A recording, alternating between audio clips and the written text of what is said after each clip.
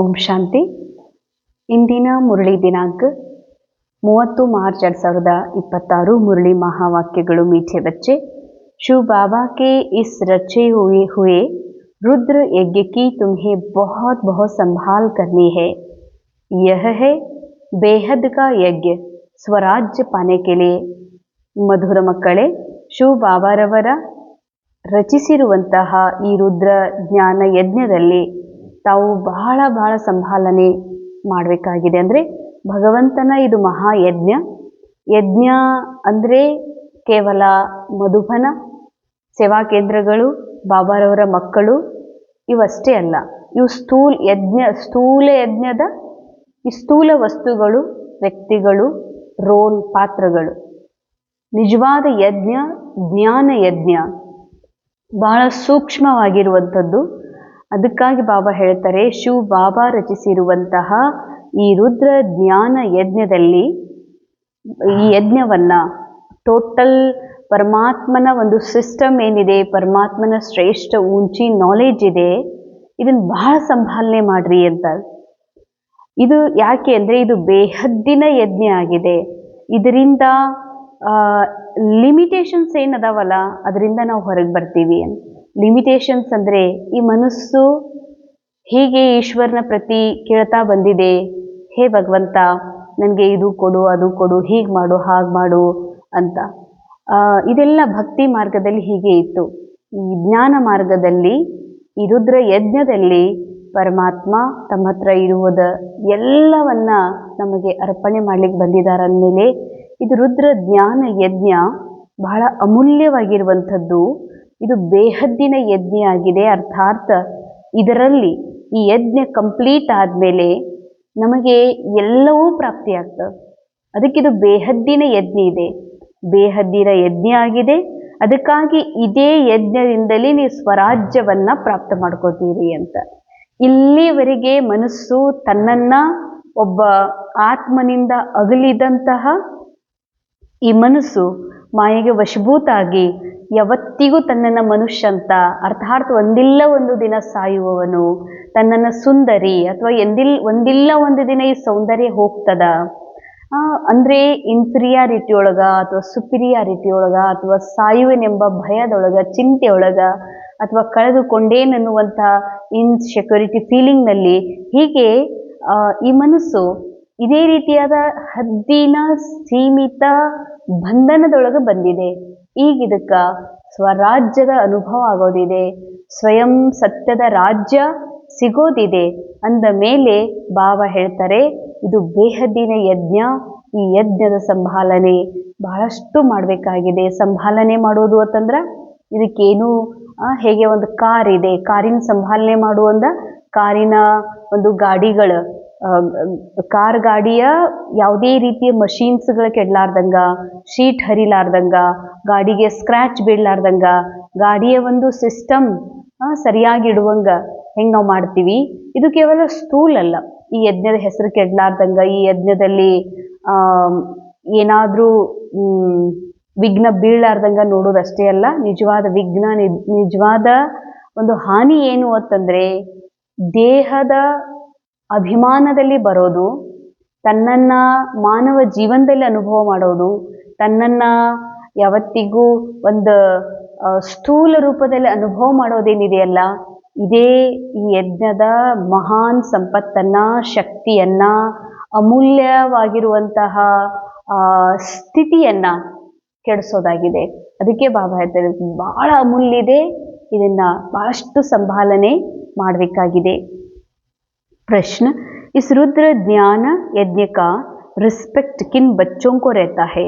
ಇದು ಪರಮಾತ್ಮನ ರುದ್ರ ಯಜ್ಞ ಆಗಿದೆ. ಈ ಯಜ್ಞದ ಪ್ರತಿಯಾಗಿ ಯಾವ ಮಕ್ಕಳಿಗೆ ವಿಶೇಷ ಗೌರವ ಇರ್ತದ ಅಂತ. ಯಾಕಂದರೆ ಭಲೆ ಲೌಕಿಕದಲ್ಲಿಯೂ ಕೂಡ ಸ್ವಂತ ಮಕ್ಕಳಿದ್ರೂ ಅವರ ಮನೆತನದ ಬಗ್ಗೆ ಅಷ್ಟೊಂದು ಗೌರವ ಇರೋದಿಲ್ಲ. ಅವರ ಒಂದು ಮನೆತನದ ಒಂದು ಏನು ಆ ಮನೆತನದ ಸಿಸ್ಟಮ್ ಇರ್ತದ, ಅದ್ರ ಬಗ್ಗೆ ರೆಸ್ಪೆಕ್ಟ್ ಇರೋದಿಲ್ಲ. ಹಾಗೆ ಇಲ್ಲೂ ಕೂಡ ಅನೇಕ ಮಕ್ಕಳು ಅದಾರ, ಈ ಯಜ್ಞದ ಬಗ್ಗೆ ರೆಸ್ಪೆಕ್ಟ್ ಇರಲಾರ್ದವರು ಅದಾರ. ಖರೆ ಯಾರಿಗಿರ್ತದ ಅಂತ ಕೇಳ್ತಾರೆ ಬಾಬಾ.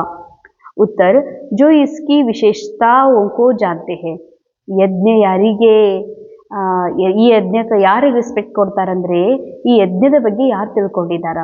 ಲೌಕಿಕದಲ್ಲೂ ಕೂಡ ಮರ್ಯಾದೆ ಅಂದ್ರೇನು, ಗೌರವ ಅಂದ್ರೇನು, ನಮ್ಮ ಮನೆತನದ ಸಂಸ್ಕೃತಿ ಅಂದ್ರೇನು, ನಮ್ಮ ನಾಡಿನ ಸಂಸ್ಕೃತಿ ಅಂದ್ರೇನು ಅಂತ ಯಾರು ಚೆನ್ನಾಗಿ ಅದರ ವ್ಯಾಲ್ಯೂವನ್ನು ತಿಳ್ಕೊಂಡಿದ್ದಾರೋ ಅವರೇ ಸಂಸ್ಕೃತಿಗೆ, ಆ ಮನೆತನಕ್ಕೆ, ಆ ಮನೆತನದ ಗೌರವಕ್ಕೆ ರೆಸ್ಪೆಕ್ಟ್ ಕೊಡ್ಲಿಕ್ಕೆ, ಸಂಸ್ಕೃತಿಗೆ ರೆಸ್ಪೆಕ್ಟ್ ಕೊಡ್ತಾರೆ. ಹಾಗೆ ಇಲ್ಲಿ ಇದು ಯಾರು ಸ್ಥಾಪಿಸಿದ, ಈ ಯಜ್ಞದಿಂದ ಏನೆಲ್ಲ ಬದಲಾವಣೆ ಆಗ್ತದ, ನನಗೇನು ಪ್ರಾಪ್ತಿ ಆಗ್ತದಂತ ಯಾರು ತಿಳ್ಕೊಂಡಿದ್ದಾರೋ ಅವ್ರು ಮಾತ್ರ ಈ ಯಜ್ಞಕ್ಕೆ ರೆಸ್ಪೆಕ್ಟ್ ಕೊಡ್ತಾರೆ. ತುಮ್ಹೇ ಪತಾ ಹೈ ಕಿ ಇಸ್ ರುದ್ರ ಯಜ್ಞ ಸೆ ಹಮ್ ಕೌಡಿ ಸೆ ಹಿರೆ ಜೈಸಾ ಬಂತೆ ಹೇ. ನಮಗೆ ಗೊತ್ತಿದೆ ಈ ರುದ್ರ ಯಜ್ಞದಿಂದ ನಾವು ಕೌಡಿಯಿಂದ ವಜ್ರ ಸಮಾನರಾಗ್ತೀವಿ ಅಂತ.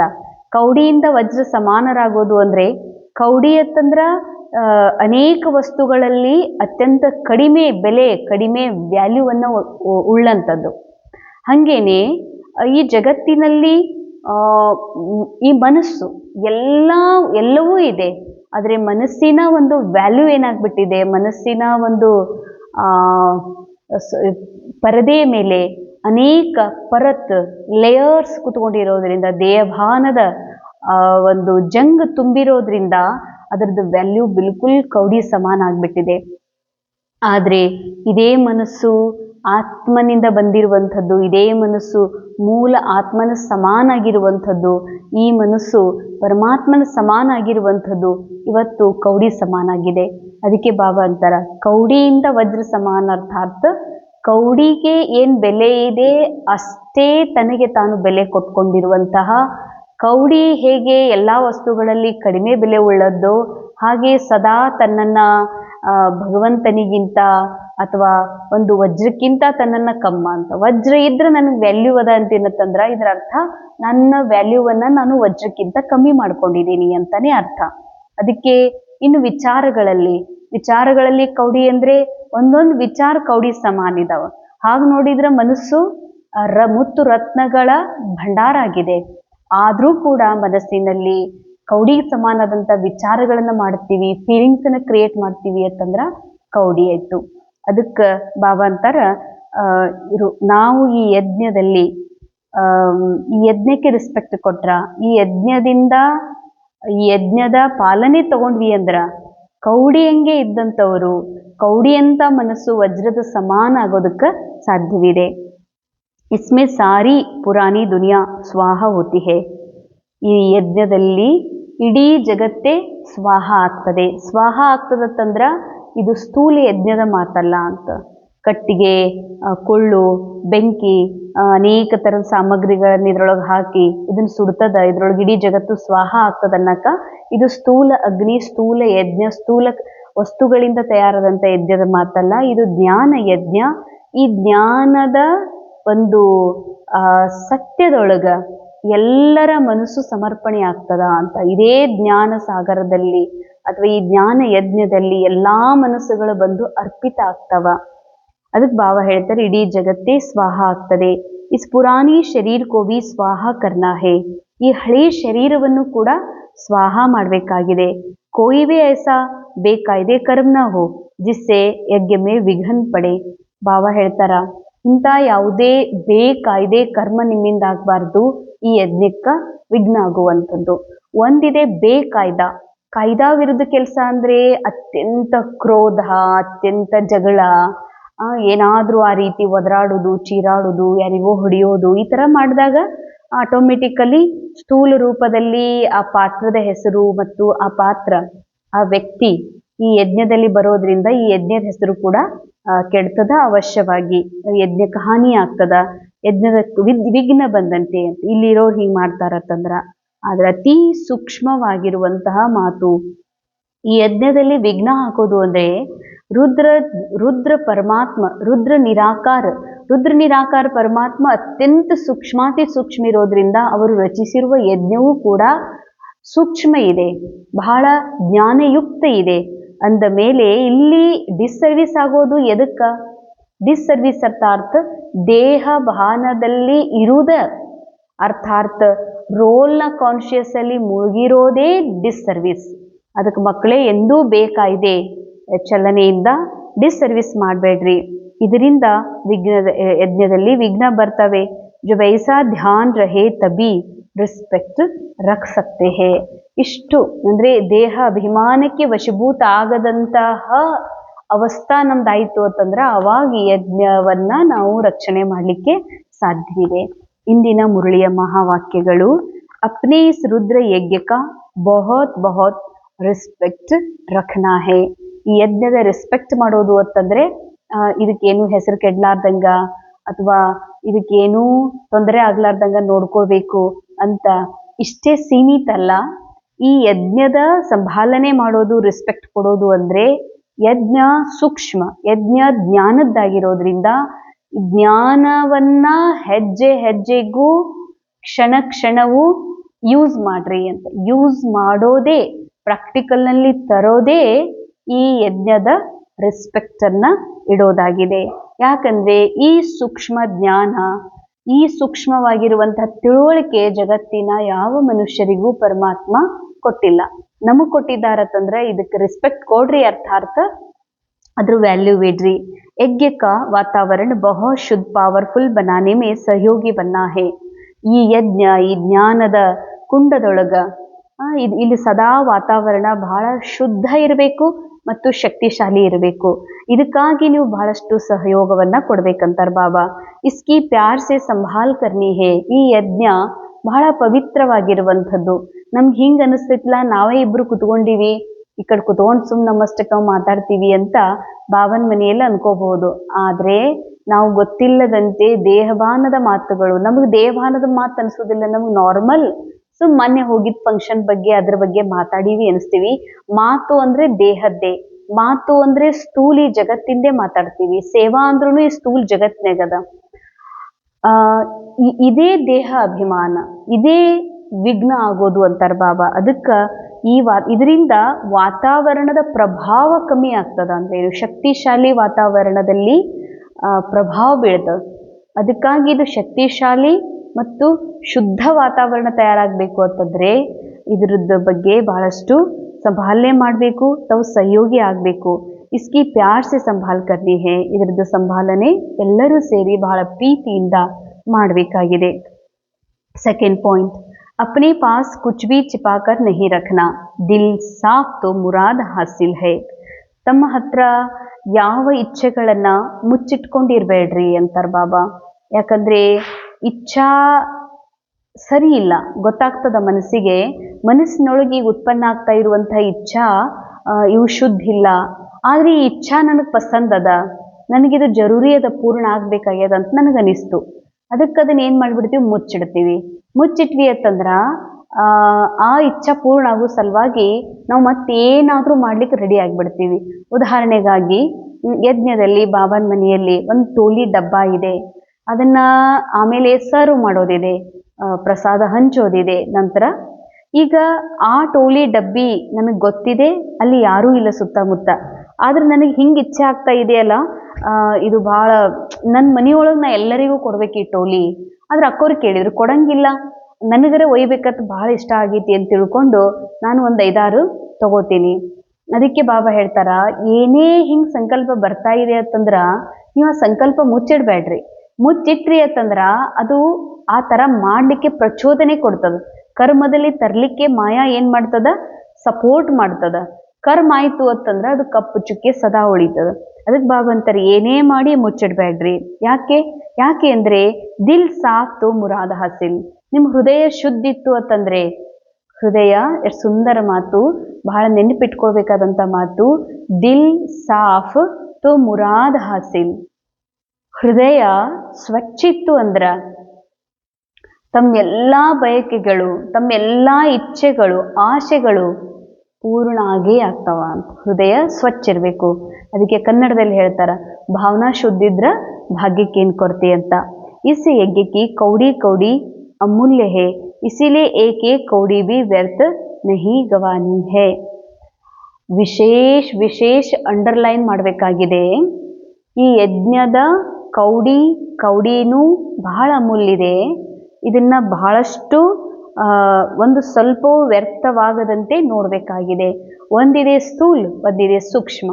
ಸ್ಥೂಲ ಬಾಬಾನ್ ಯಜ್ಞದ ಒಂದು ಮೊಳೆನೂ ಕೂಡ, ಮೊಳೆ ಅಥವಾ ಒಂದು ಸೂಜಿ ಅಥವಾ ಒಂದು ಸಣ್ಣ ದಾರ ಅಥವಾ ಒಂದು ಟಾಚನಿ, ಒಂದು ಪಿನ್, ಒಂದು ಕೌಡಿನೂ ಕೂಡ ಅಮೂಲ್ಯ ಇದೆ ಅಂತಾರೆ ಬಾಬಾ. ಯಾಕಂದ್ರೆ ಇಲ್ಲಿ ಏಕಕ ಪದಂ ಹಿಸಾಬಿದೆ, ಒಂದಕ್ಕ ಪದಮದ ಲೆಕ್ಕ ಇದೆ. ಅದಕ್ಕೆ ಪ್ರತಿಯೊಂದು ಬಹಳ ಸಂಭಾಲನೆ ಮಾಡ್ರಿ ಅಂತಾರೆ ಬಾಬಾ.